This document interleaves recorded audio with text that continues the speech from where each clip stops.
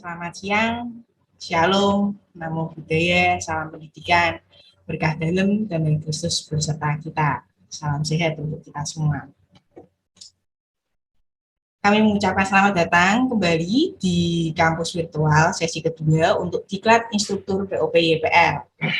Bersama dengan saya yang akan membantu untuk Diklat Instruktur hari ini. Waktu telah menunjukkan pukul 1 siang. Untuk mengawali sesi kedua ini, kita akan mendapatkan pesan insight-insight dari Brother Albertus Suwarto selaku pengurus yayasan,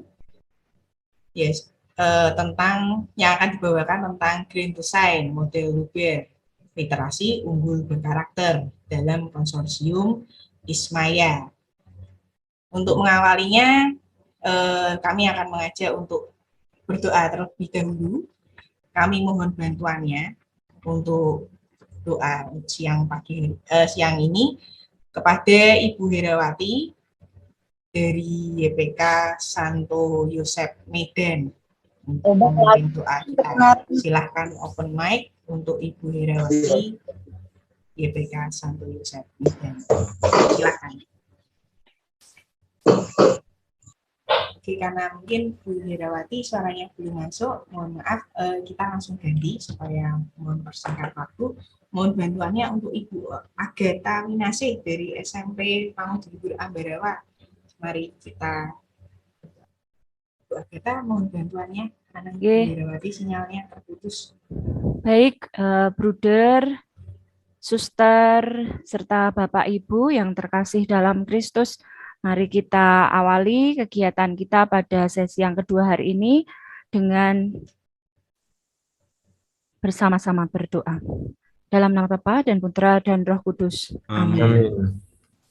Allah Bapa yang Maha Kasih, kembali kami mengucapkan syukur atas segala berkat dan rahmat yang Engkau berikan kepada kami, sehingga pada siang hari ini kembali kami dapat mengikuti kegiatan Diklat Instruktur dalam rangka kegiatan POP pada sesi yang kedua. Tuhan, hari ini kami akan belajar mengenai Grand Design model Luber, literasi unggul dan berkarakter dalam kegiatan POP Konsorsium Ismaya ini. Berkatilah para narasumber yang akan memberikan materi kepada kami. Semoga para narasumber dapat memberikan penjelasan kepada kami, sehingga kami semua yang mengikuti diklat ini bisa betul-betul dapat memahami, dan kemudian kami dapat menerapkannya di sekolah kami masing-masing. Tuhan yang Maha Kasih, dari awal hingga akhir acara semuanya kami serahkan ke dalam tangan-Mu. Semoga semuanya dapat berjalan sesuai dengan rencana-Mu. Amin. Kemuliaan kepada Bapa dan Putra dan Roh Kudus, seperti pada permulaan, sekarang, selalu, dan sepanjang segala abad. Amin. Terpujilah nama Tuhan Yesus, Ibu Maria, dan Santo Yosep, sekarang dan selama-lamanya. Amin. Semoga kegiatan kita selalu diberkati oleh Allah yang Maha Kuasa, dalam nama Bapa dan Putra dan Roh Kudus. Amin. Amin. Terima kasih Ibu Agatha yang sudah membantu doa. Sami-sami. Sesi kedua. Sebelum kita mulai, masih ingat yel-yel yang tadi di sesi terakhir? Silahkan open kamera, open mic, semuanya. Silahkan. Silahkan open mic dan kamera.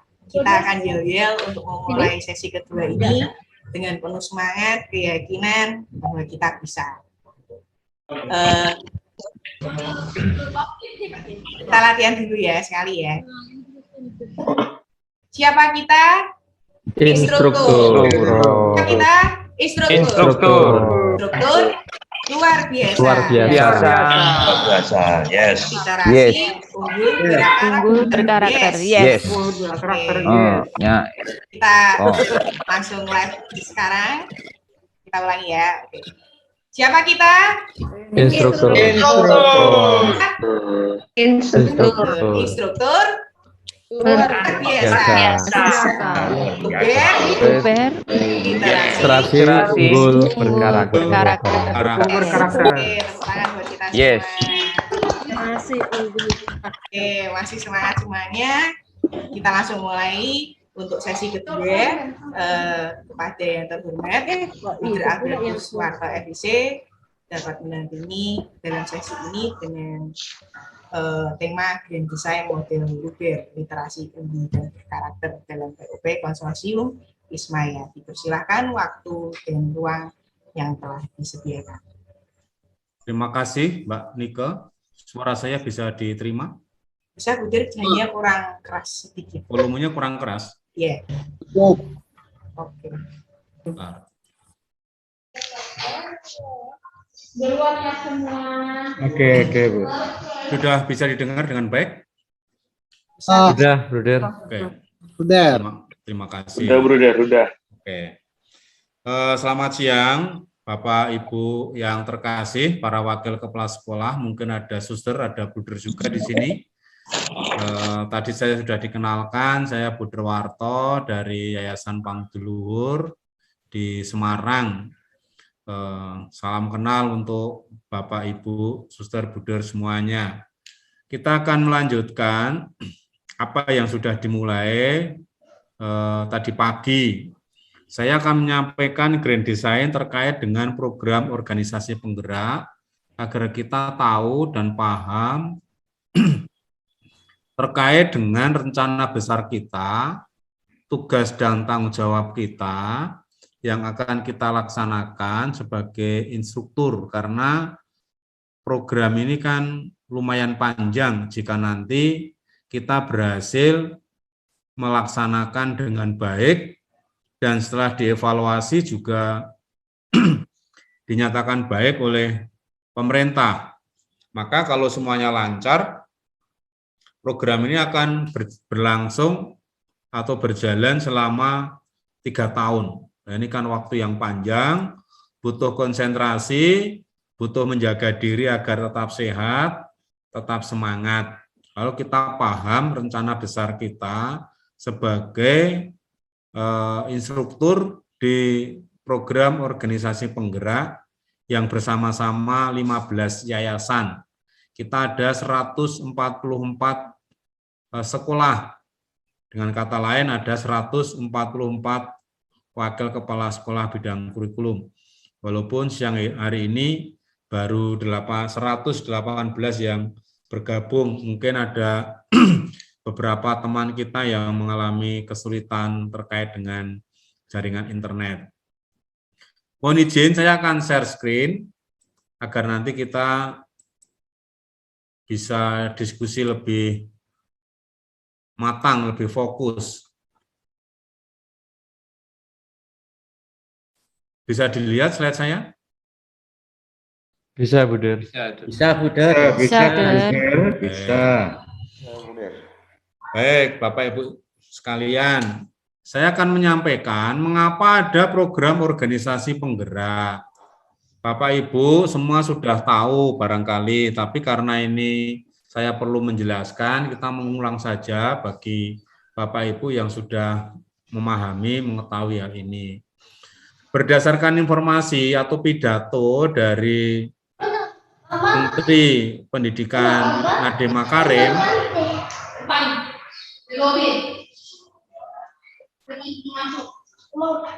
dia menjelaskan atau beliau menjelaskan bahwa pemerintah selama ini terkait dengan pengembangan pendidikan itu dilakukan sendiri, dikerjakan sendiri, dipikir sendiri, tidak pernah melibatkan pihak swasta untuk memikirkan bagaimana memajukan pendidikan di Indonesia. Sementara banyak ormas, banyak tokoh masyarakat yang punya pengalaman dalam pengembangan atau mengelola pendidikan, dan hasilnya juga terbukti kalau lulusan dari sekolah-sekolah ormas itu menjadi tokoh-tokoh nasional, menjadi pemimpin bangsa. Nah, ini rupa-rupanya pemerintah ingin menggandeng pihak swasta atau organisasi masyarakat di dalam pengembangan pendidikan di Indonesia. Maka semangatnya yang dulu itu dikerjakan sendiri, sekarang oleh pemerintah dikerjakan bersama-sama, mengajak ormas, organisasi masyarakat. Nah, sekarang kita, sekolah-sekolah yang tergabung di ormas atau ormas YPL, lalu konsorsium Ismoyo ini, sudah digandeng oleh pemerintah untuk bersama-sama, walaupun secara legal formal itu lewat Yayasan Pangudiluhur. Lalu Yayasan Pangudiluhur menggandeng 15 yayasan untuk bersama-sama mengembangkan kompetensi tenaga pendidik dengan tujuan tentu untuk meningkatkan kualitas pendidikan kita. Nah, kita sekarang bekerja sama dengan pemerintah.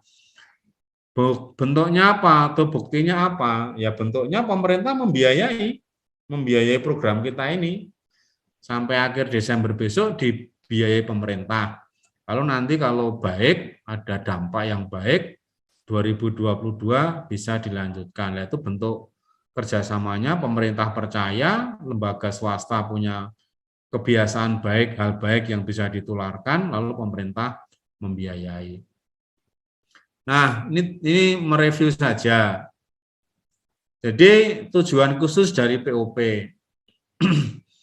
Tujuan khusus dari POP ini adalah mengidentifikasi program-program peningkatan kompetensi pendidik dan tenaga kependidikan yang dilakukan oleh ormas. Dalam hal ini, Yayasan Pangudiluhur itu dipercaya berdasarkan proposal yang sudah dibuat, itu dipercaya punya program, punya kebiasaan bagaimana Yayasan Pangudiluhur itu melakukan peningkatan kompetensi pendidik dan tenaga kependidikan. Dan telah terbukti memiliki dampak positif terhadap peningkatan hasil belajar peserta didik. Mungkin tadi pagi Bu Martin juga sudah menerangkan terkait hal ini. Saya mengulang barangkali karena tadi saya tidak mengikuti acara Bu Martin. Jadi sudah terbukti Yayasan Pangudiluhur peserta didiknya hasilnya lulusannya menjadi orang-orang yang baik, menjadi tokoh nasional. Kalau sekarang yang masih menduduki pejabatan menteri itu Menteri Pariwisata itu, ya, Menteri Pariwisata itu yang lulusan SMA Pangudiluhur di Jakarta, itu Sandiaga Uno itu. Nah, kemudian yang kedua, mengidentifikasi ormas yang memiliki dan atau mengembangkan model peningkatan kompetensi pendidik dan tenaga kependidikan. Jadi model, mengembangkan model, ya, yang mengembangkan model Yayasan Pangudiluhur, lalu dianggap punya model. Lalu mengintegrasikan berbagai model program peningkatan kompetensi pendidik dan tenaga kependidikan yang sudah dilaksanakan oleh ormas dan terbukti memberikan dampak pada peningkatan hasil belajar peserta didik ke dalam proses belajar. Ya. Yang keempat, memperluas dan mendiseminasikan atau menularkan model peningkatan kompetensi pendidik dan tenaga kependidikan yang terbukti memiliki dampak peningkatan hasil belajar peserta didik pada skala yang lebih besar. Jadi intinya dalam gerakan POP ini, Pangudiluhur itu semacam memenangkan sayembara di Kementerian Pendidikan. Sayembaranya apa? Sayembaranya itu ya model peningkatan kompetensi tenaga pendidik itu, lalu mengajukan proposal, divalidasi, dicek data-datanya oleh kementerian dan tenaga lembaga independen, lalu dinyatakan memenuhi syarat lolos. Nah, kami Yayasan Pangudiluhur itu punya tugas menularkan model yang pernah dilakukan di lingkungan Yayasan Pangudi Luhur. Itu jadi menularkan, mudah-mudahan cocok, kalau tidak cocok ya silakan di-mix sendiri agar menjadi lebih baik. Tentu nanti prakteknya kita akan berbagi model yang ada di Pangudi Luhur, model yang ada di tempat Bapak Ibu. Kira-kira begitu. Ya. Nah, program organisasi penggerak itu kan ormas yang pada prosesnya itu sebenarnya nanti atau sekolah-sekolah kita ini menjadi sekolah penggerak, ya, menjadi sekolah penggerak. Kalau Bapak Ibu mendengar akhir-akhir ini dinas menelpon atau meminta kepada sekolah tertentu untuk menjadi sekolah penggerak dari dinas pendidikan, itu bedanya apa? Bedanya itu hanya pada organisasinya. Kalau sekolah penggerak yang swasta itu namanya program organisasi penggerak, sama-sama melahirkan sekolah penggerak. Dinas pendidikan juga melakukan gerakan sekolah penggerak. Lu kok bareng? Iya, sebenarnya program organisasi penggerak ini harusnya dilaksanakan di sekitar tahun 2020 yang lalu. Tetapi karena pandemi lalu mundur, ya, tertunda. Nah, pemerintah program organisasi penggeraknya kalau mau dilihat urutannya, POP program organisasi penggerak ini level 4. Kalau sekolah penggerak yang dinas pendidikan itu tahap ke-7 atau level 7. Nah, ini 4 dan 7 jadi satu gara-gara pandemi. Nah, lalu di beberapa tempat itu antara dinas pendidikan dan beberapa sekolah itu rebutan sekolah intervensi.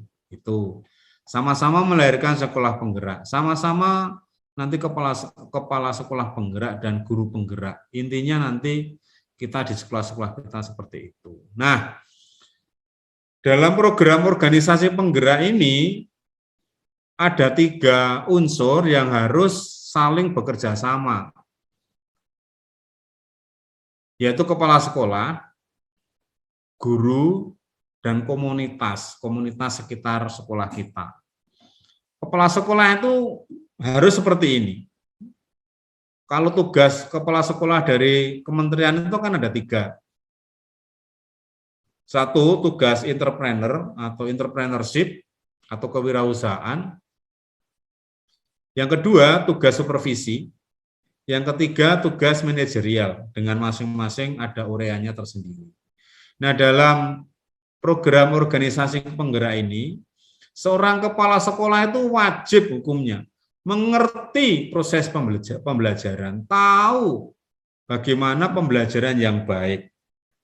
Ya, maka kemarin dalam seminggu, kami juga sudah melakukan diklat kepala sekolah. Sekarang tahap wakil kepala sekolah. Ya, ini mengerti proses pembelajaran. Maka ya hukumnya wajib mengerti apa tentang pembelajaran dan bagaimana pembelajaran yang baik. Lalu mampu menggerakkan guru-guru. Jangan sampai kepala sekolah itu justru berhadapan-hadapan dengan guru. Kurang bisa menggerakkan, kurang bisa ngerangkul. Ya, apa cenderung memusuhi atau cenderung tidak bisa bekerja sama, berkolaborasi. Ini nggak boleh. Nah, dengan program organisasi penggerak itu seorang kepala sekolah harus bisa menguasai 2 ini. Ya, kompetensinya ini mengerti pembelajaran, yang kedua secara sosial dia mampu menggerakkan guru-guru. Lalu guru, Bapak Ibu ini kan wakil kepala sekolah. Nanti tugasnya ya membantu wakil kepala sekolah. Pasti ya di bidang kurikulum atau nanti lalu menjadi instruktur. Saya nggak tahu apakah di sini ada wakil kepala sekolah yang bukan bidang kurikulum. Nah, ini nanti karena tugasnya membantu kepala sekolah atau sebagai instruktur untuk pengembangan kurikulum. Guru itu harus selalu berpihak kepada anak. Bagi guru-guru yang belum berpihak kepada anak, belum mampu menjadi pelatih atau coach, belum bisa memerankan diri sebagai seorang bapak, seorang ibu bagi anak-anak, tentu ini tidak sevisi dengan POP. Apalagi kita sebagai guru bisa atau menimbulkan trauma-trauma tertentu kepada anak, sehingga anak tidak mau sekolah atau bahkan terbangun blok mental yang menyebabkan anak mengalami hambatan belajar. Lalu yang kedua, guru harus paham bahwa setiap anak itu berbeda. Minat bakatnya berbeda. Kecerdasannya berbeda-beda.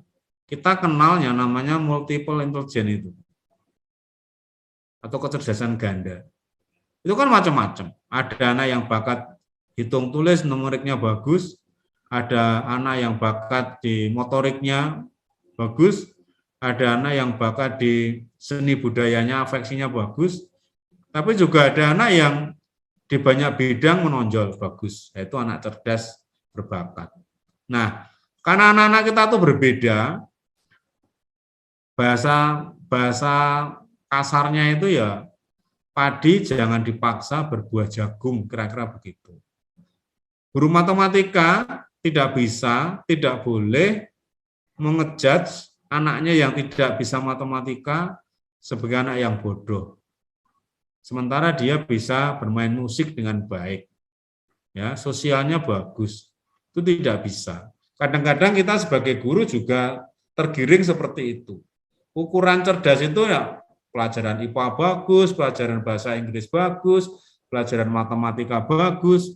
Maka pada waktu ujian nasional beberapa tahun yang lalu, beberapa ditemukan bahwa sekolah tertentu itu meniadakan mata pelajaran seperti PPKN, seperti mungkin agama, mungkin IPS mungkin, pokoknya yang tidak olahraga atau keterampilan yang tidak diujikan secara nasional. Lalu jamnya dipakai untuk ngedrill pelajaran UN. Nah, itu tentu hasilnya ya mungkin sekarang kita bisa lihat apakah anak-anak yang lulus di era ujian nasional di mana sekolah tertentu itu meniadakan mata pelajaran kepribadian, PKN, pelajaran keterampilan, olahraga, bimbingan konseling, itu semuanya ditiadakan semuanya untuk ngejar ujian nasional. Ya, sangat mungkin kalau anak-anak itu mungkin tingkat kepekaannya menjadi kurang ketika dia tumbuh dewasa. Nah, ini kan nggak bisa. Cara-cara seperti itu kita memaksa, nggak bisa. Lalu mengajar dengan cara yang pas untuk anak-anak, maksudnya pembelajaran individual harus terjadi. Anak-anak harus didampingi secara individual, pas caranya. Ya. Lalu ini wajib, tolong nanti para instruktur bersama kepala sekolah dibangun. Kurikulum kan nanti akan melibatkan guru. Kebijakan kurikulumnya, kekasannya kan akan melibatkan guru lewat brainstorming. Lalu disepakati idenya, dirumuskan, ditulis. Maka ketika sebuah proyek, program itu sudah disepakati bersama, sudah dirumuskan, hukumnya wajib kepala sekolah itu mendukung kepala sekolah. Nggak boleh tidak mendukung itu. Tentu mendukung dalam arti kebijakan ya, program ya. Secara personal tentu juga diharapkan mendukung. Ini wajib hukumnya. Kalau enggak jadi. Karena harus ada good system, good curriculum, dan good people, good teacher. Kalau itu enggak ada, enggak bisa. Kurikulumnya bagus, gurunya bagus. Enggak bisa hanya kurikulumnya bagus, tapi gurunya tidak punya visi yang sama, atau tidak mampu membatinkan, tidak punya ide yang sama dengan kepala sekolah. Enggak akan pernah terjadi kemajuan di sekolah dan di kelas-kelas itu. Nah, lalu komunitas, kita jangan lupa, kita itu sekolah membantu orang tua. Maka orang tua, dinas, pemangku kepentingan yang lain harus dilibatkan. Gimana caranya dilibatkan? Silakan masing-masing sekolah mencari. Kebanyakan orang tua dilibatkan dalam kegiatan ekstrakurikuler. Ekstrakurikuler jangan dipandang sebagai kegiatan hiburan semata. Enggak. Ekstrakurikuler itu bagian dari kurikulum, dari program yang diwujudkan, dari ide, dari visi yang diwujudkan dalam bentuk kegiatan ekstrakurikuler. Maka kegiatan ekstrakurikuler itu ya jangan berpuluh-puluh tahun bentuk dan jenisnya seperti itu tanpa pernah dilakukan evaluasi.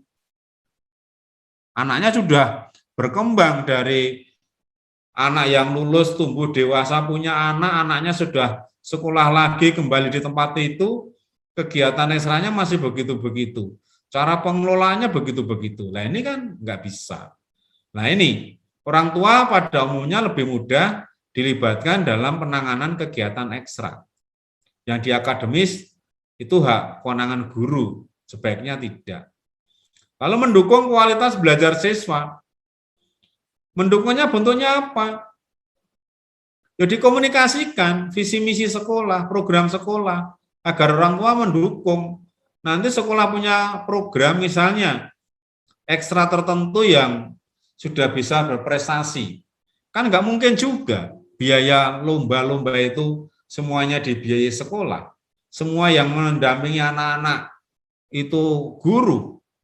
Kalau itu kegiatan di luar kota misalnya, gurunya 2-3 orang, apakah harus mengikuti? Nah, nanti dia meninggalkan tugas tanggung jawab anak yang di sekolah. Nah, kegiatan seperti itu bisa minta bantuan orang tua, ya, mendukung kualitas program sekolah jalan karena didukung orang tua paham visi sekolah. Oh, maksudnya begini. Nah, itu harus dikomunikasikan sehingga terjadi kualitas yang terjadi proses kualitas yang terjadi di sekolah. Itu harus mendukung. Ya. Nah, ukuran. Nanti program POP ini, sekolah-sekolah kita yang diintervensi ini akan diukur oleh pemerintah untuk menguji, untuk mengetahui apakah program POP yang dibiayai oleh pemerintah ini punya dampak adil, sama yang di alat ukurnya, yaitu asesmen nasional dalam bentuk AKM itu yang sudah kita kenal. Lalu literasi dan numeriknya, alurnya di situ. Itu nanti akan diukur. Beberapa sekolah kemarin sebagai sampling sudah didata oleh GTK untuk mengikuti AKM ini. Sekolah intervensi kita. Yang kedua adalah survei karakter. Pemerintah akan melakukan survei. Apakah kegiatan POP yang kita bangun ini mengubah karakter anak atau tidak? Ya jangan berharap anak-anak karakternya akan berubah kalau gurunya juga tidak berubah. Yang dibangun karakternya itu pertama-tama adalah gurunya. Program POP itu peningkatan kompetensi tenaga pendidik. Peningkatan kompetensi pendidik. Nah, kalau kompetensi pendidik itu meningkat, diharapkan anak-anak ini juga meningkat. Maka tidak bisa kita bypass. Prakteknya gimana toh? Silabusnya gimana? Cara ngajarnya gimana? Tidak. Maka perubahan harus terjadi di sekolah atau pada diri guru-guru dulu. Itu. Lalu diharapkan nanti sekolah kita yang menjadi intervensi ini hasil AKM-nya itu di atas sekolah yang tidak diintervensi di daerahnya. Di SMP sekitar kita, dinas pendidikan kita masing-masing, mungkin ada yang tidak diintervensi oleh ormas yang lain, oleh pemerintah. Andaikan ada, ya hasil rata-rata dari sekolah kita mestinya harusnya diharapkan itu di atas rata-rata sekolah yang diintervensi oleh dinas pendidikan atau diintervensi oleh ormas yang lain. Nah, kalau hasilnya nanti rata-ratanya di atas mereka, berarti program kita bagus. Ada kemungkinan program kita akan dilanjutkan, pemerintah bersedia membiayai lagi. Nah, kalau ini berhasil, lalu sekolah-sekolah kita itu nanti akan menjadi pusat-pusat atau menjadi inspirasi bagi sekolah lain. Lalu menjadi pembelajaran bagi pemerintah. Program baik yang kita buat, kita bangun, bisa jadi akan diambil pemerintah, lalu dipakai pemerintah untuk pengembangan sekolah-sekolah di negara kita. Ini pemerintah itu kan dengan kata lain itu melakukan brainstorming dengan ormas-ormas. Kamu punya apa? Mbak coba berbagi, dibuktikan yang baik di ormasmu. Kira-kira begitu. Nanti kalau baik aku tak nyuntuh, siapa tahu nanti bisa kami pakai. Nah, kira-kira kan bahasa lainnya seperti itu. Loh, kok boleh rahasia kita? Ya untuk bangsa dan negara kita tercinta, ya apa jeleknya, sama-sama anak bangsa.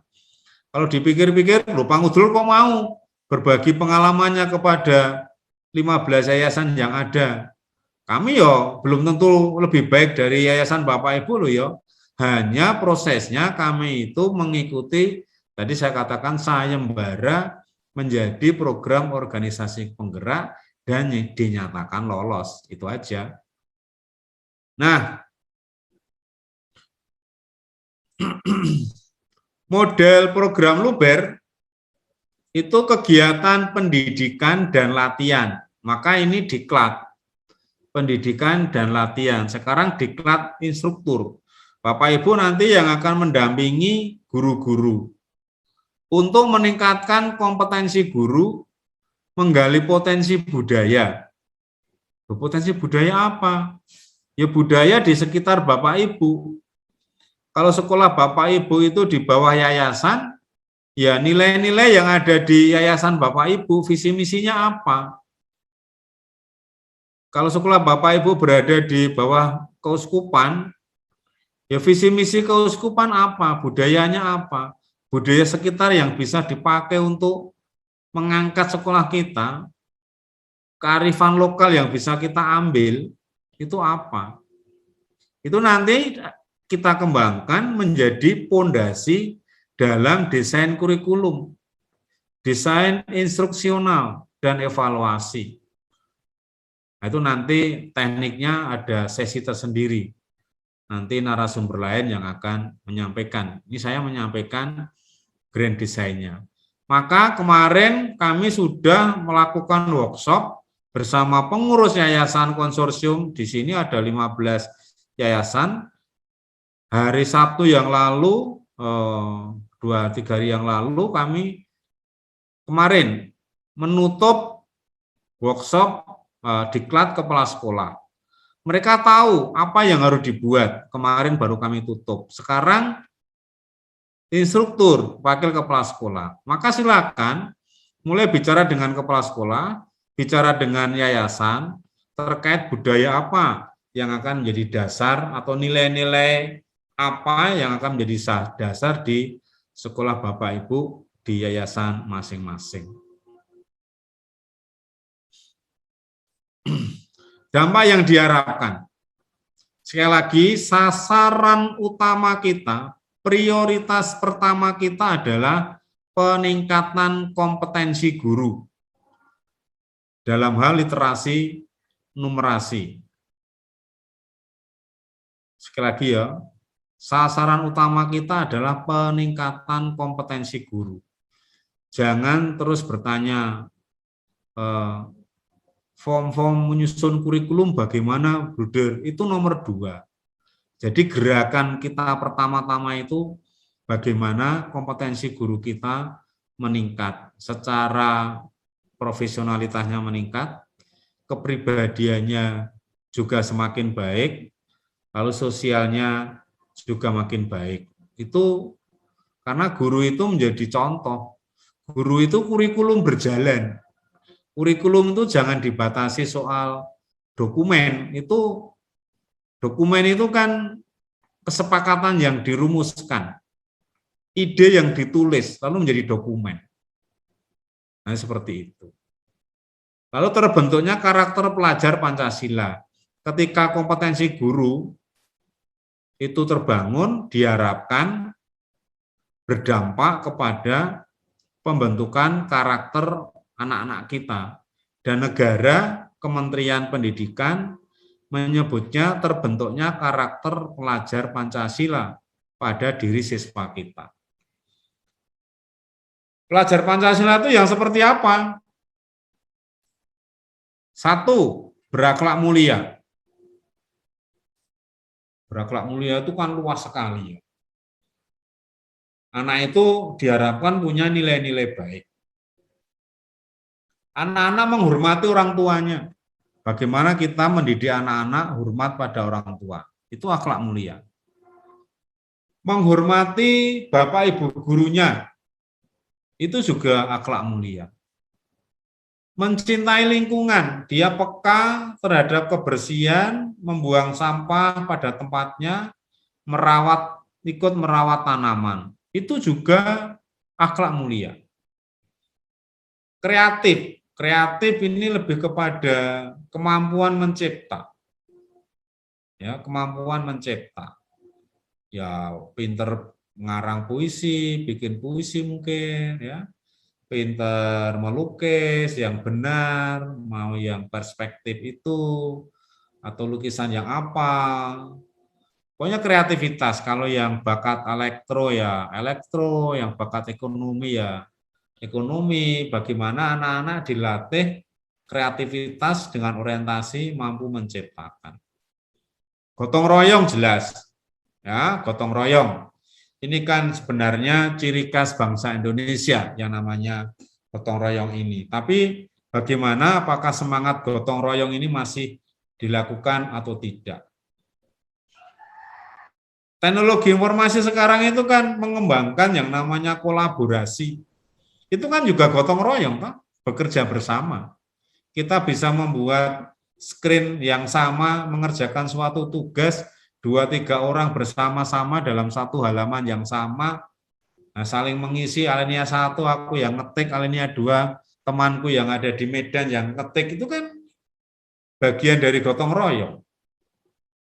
Dan hampir nggak mungkin sekarang hidup itu tanpa bekerja sama dengan orang lain. Nah, bagaimana kita membangun anak-anak ini menjadi orang-orang yang terampil bekerja sama dengan orang lain dalam membangun kehidupan yang menjadi lebih baik, menjadi lebih nyaman. Ini gotong royong.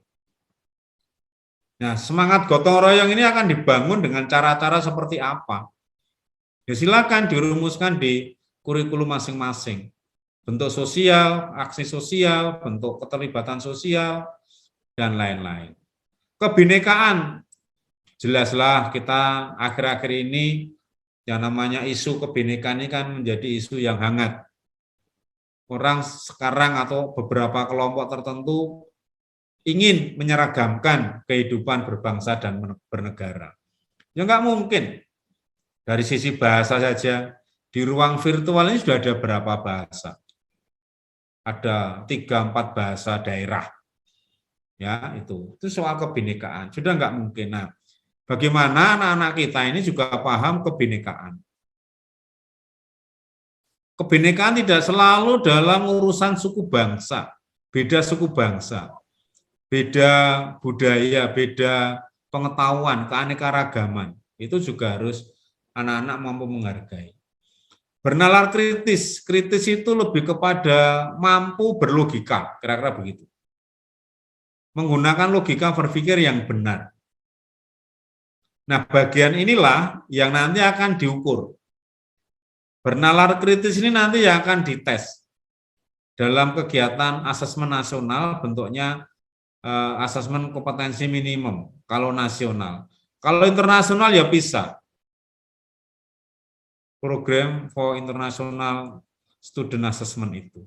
Ini bernalar kritisnya yang akan diukur. Lalu kemandirian. Ya. Kemandirian.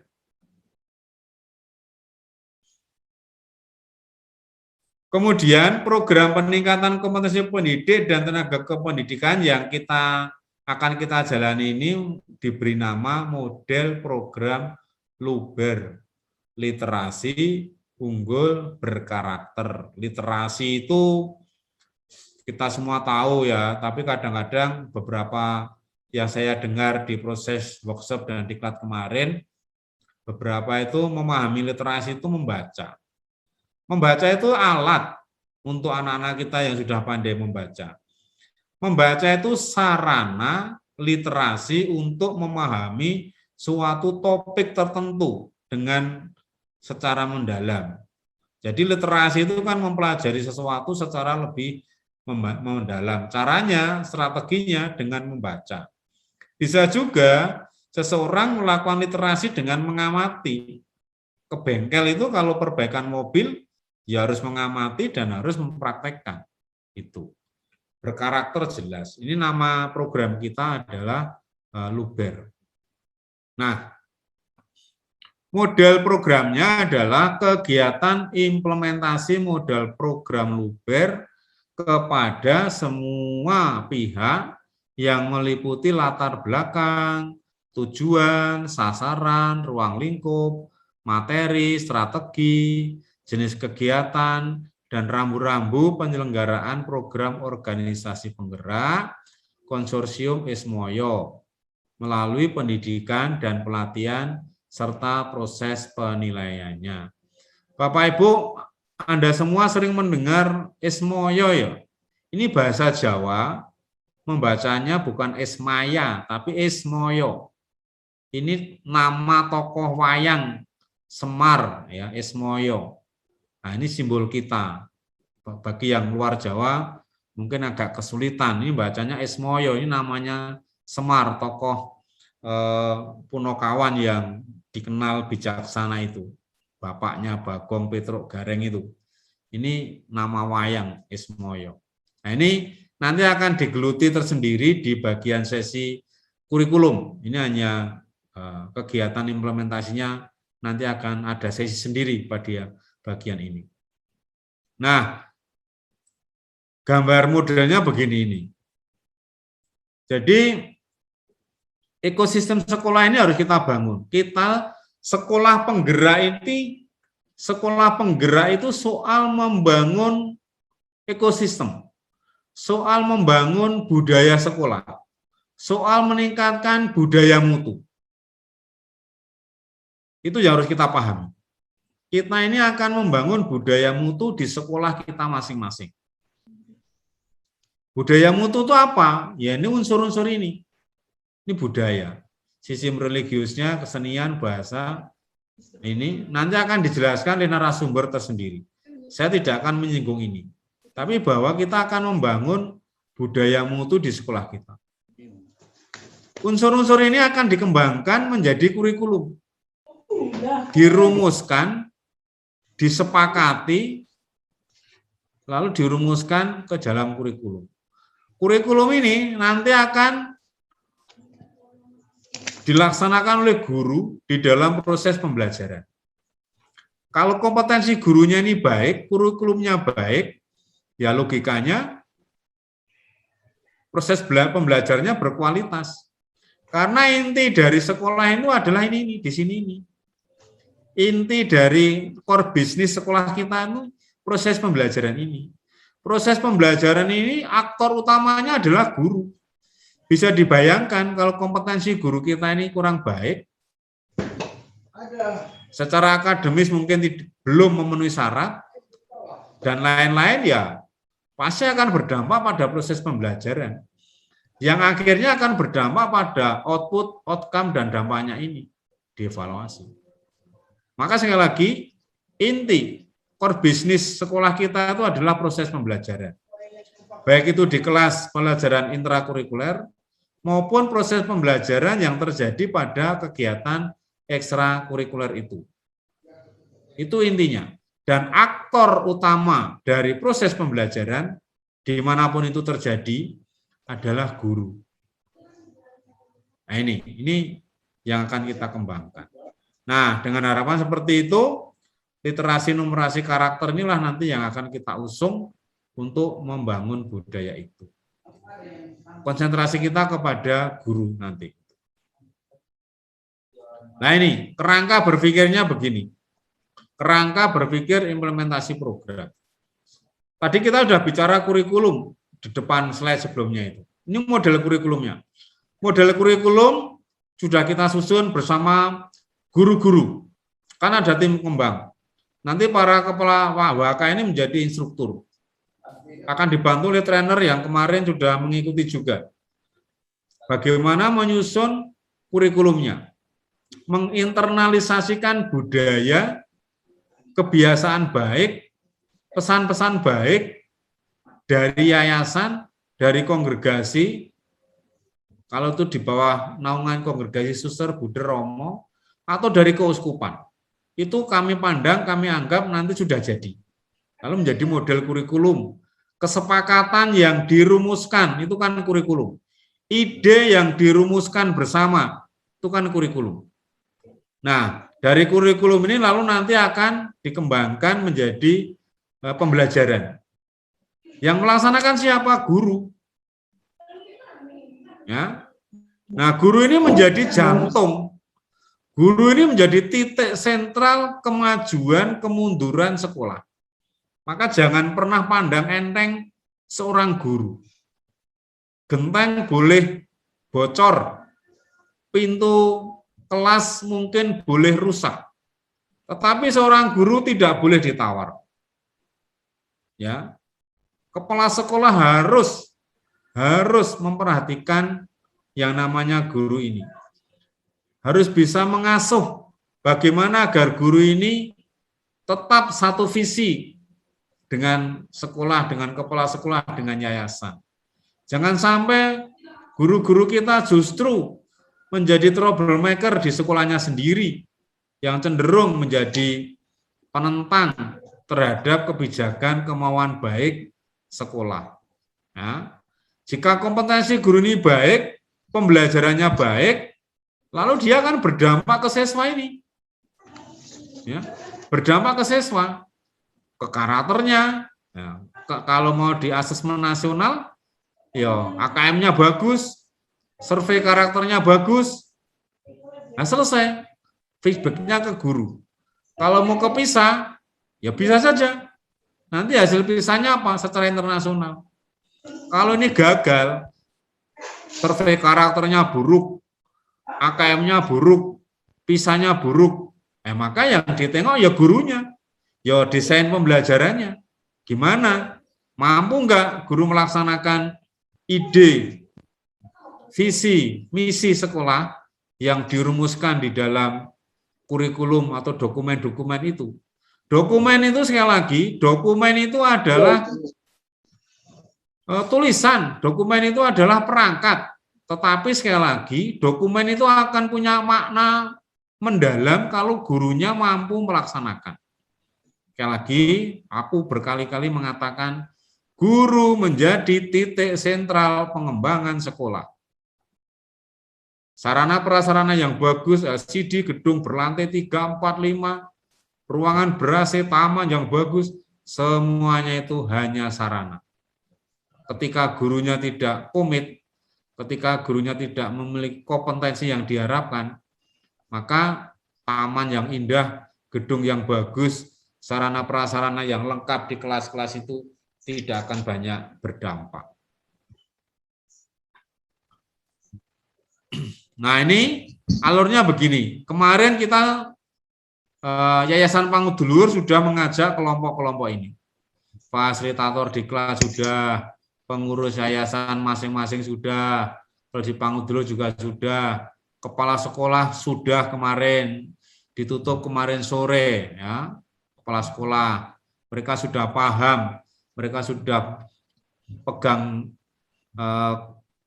pegang setang, starter, gas, tinggal mengegas, tinggal nunggu para instruktur ini nanti selesai paham, lalu bergerak bersama, bagaimana guru diajak bekerja bersama, mendesain bersama, melaksanakan bersama. Lalu titik tumbuhnya guru. Coba lihat ini, pengurus, fasilitator, ya, kepala sekolah, instruktur, titik tumbuhnya adalah guru. Guru ini yang langsung berhadapan dengan anak-anak. Betapa pentingnya guru yang memiliki kompetensi sesuai yang diharapkan. Nah, lalu nanti alur implementasinya seperti ini. Tadi sudah saya sampaikan, BIMTEK pengurus sudah, workshop pengurus yayasan konsorsium sudah, TOT fasilitator diklat sudah masing-masing yayasan 1, kemarin 10 ya. Instruktur sekarang in 1 ya. Ini kepala sekolah sudah selesai kemarin. Ini sekarang tahapnya instruktur sekolah atau wakil kepala sekolah bidang kurikulum. Kalau nanti sudah, lalu tahap berikutnya adalah on. On itu artinya Bapak Ibu guru bekerja di sekolah masing-masing. Bekerja di sekolah masing-masing menyusun, menyepakati ide-ide kreatif, ide-ide pengembangan sekolah, lalu dirumuskan dalam bentuk kurikulum, lalu nanti on. Nah, ini on-nya. Lalu ada FGD. Ya, fokus group discussion atau forum group discussion yang pertama. Nah, nanti gimana? Kami begini Pak, nanti ini ada online pendampingan on ini secara terjadwal. On 1 ada perbaikan, lalu nanti on yang kedua kita FGD lagi, sepertinya di bulan November sekitar 2 minggu, 3 minggu, secara bergantian nanti kita akan ada FGD ini. Setelah itu nanti in-house training. Silakan apa yang sudah dirumuskan ditularkan ke guru-guru di sekolah masing-masing. Lalu diharapkan kalau sudah ditularkan, guru ini sepaham. Guru, wakil kepala sekolah ini satu paham, satu visi untuk mencapai tujuan bersama. Ini diharapkan nanti di in-house-nya di sini. Ya, instruktur kepala sekolah mempunyai kewajiban perubahan pengembangan yang kita inginkan seperti ini. Tadi di depan saya katakan, guru hukumnya wajib taat kepada pimpinan. Karena gurunya nggak taat nanti, gurunya nggak menghormati dengan apa yang diputuskan sekolah, bubar sudah. Rencana itu nggak akan pernah terjadi. Nggak akan pernah ada dampak. Ya, nggak pernah ada dampak. Kalau anggur itu dituangkan dalam kantong kulit yang sudah usang dan yang baru kan jebol juga kan. Nah, kantongnya dalam Injil itu kan di perumpamaan seperti itu. Supaya anggurnya itu tidak tumpah karena kantongnya tidak memenuhi standar, maka kantongnya yang diperbaiki. Gurunya ya agar visinya bisa tersampaikan kepada anak. Nah, setelah in-house training itu lalu nanti kita di tahap 1 akhir Desember ini ada kuliah umum dari profesor doktor di bidangnya nanti, khususnya bidang kurikulum. Nanti ditutup dengan kuliah umum. Ya, seluruh peserta nanti akan diundang. Kita akan mengundang guru besar terkait apa yang sudah kita lakukan. Jadi begini grand design yang akan kita lakukan. Mudah-mudahan alur ini kita paham. On sekali lagi. Pada saat on ini benar-benar Bapak Ibu bekerja sendiri. Sendiri itu di tempat masing-masing, di sekolah masing-masing. Silakan berkolaborasi dengan pengurus yayasan masing-masing. Silakan berkolaborasi dengan kepala sekolah. Silakan berkolaborasi dengan fasilitator diklat atau trainer untuk menyusun kurikulum pengembangan. Lalu melibatkan guru. Silakan dikembangkan, ditularkan, disepakati bersama guru, laksanakan. Nah, kira-kira begitu grand design kita. Kita punya tugas yang cukup jelas, cukup penting, dan cukup strategis. Terima kasih, waktu saya kembalikan.